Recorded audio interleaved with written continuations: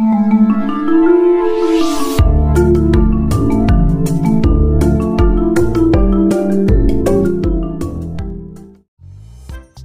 সময় গভীর এক জঙ্গলে এক ডাকু বাঘ থাকত। বাঘটি হিংস্র ও চতুর ছিল।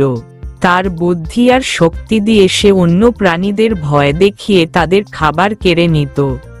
তার হিংস্রতার জন্য জঙ্গলের সকল প্রাণী তার থেকে দূরে থাকতে চাইত। একদিন বনে এক চালাক শিয়াল বাঘটিকে দেখে ভাবল, বাঘটা যতই শক্তিশালী হোক, আমি যদি বুদ্ধি খাটাই তাহলে তাকে হারানো সম্ভব। শিয়ালটি একটি বুদ্ধি বের করল। শিয়ালটি বাঘের কাছে গিয়ে বলল,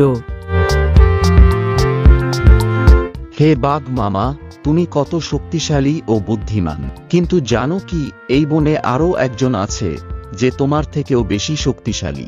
বাঘ অবাক হয়ে বলল, কে সে? আমার চেয়ে শক্তিশালী কেউ এ হতে পারে না, তাকে নিয়ে আমার সামনে এসো। শিয়াল তখন বাঘকে একটি ঝর্ণার কাছে নিয়ে গেল।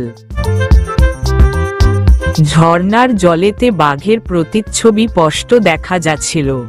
শিয়াল ইঙ্গিত করে বলল, এই যে ওই হলো তোমার প্রতিদ্বন্দ্বী, দেখো কেমন তোমার মতোই শক্তিশালী দেখতে।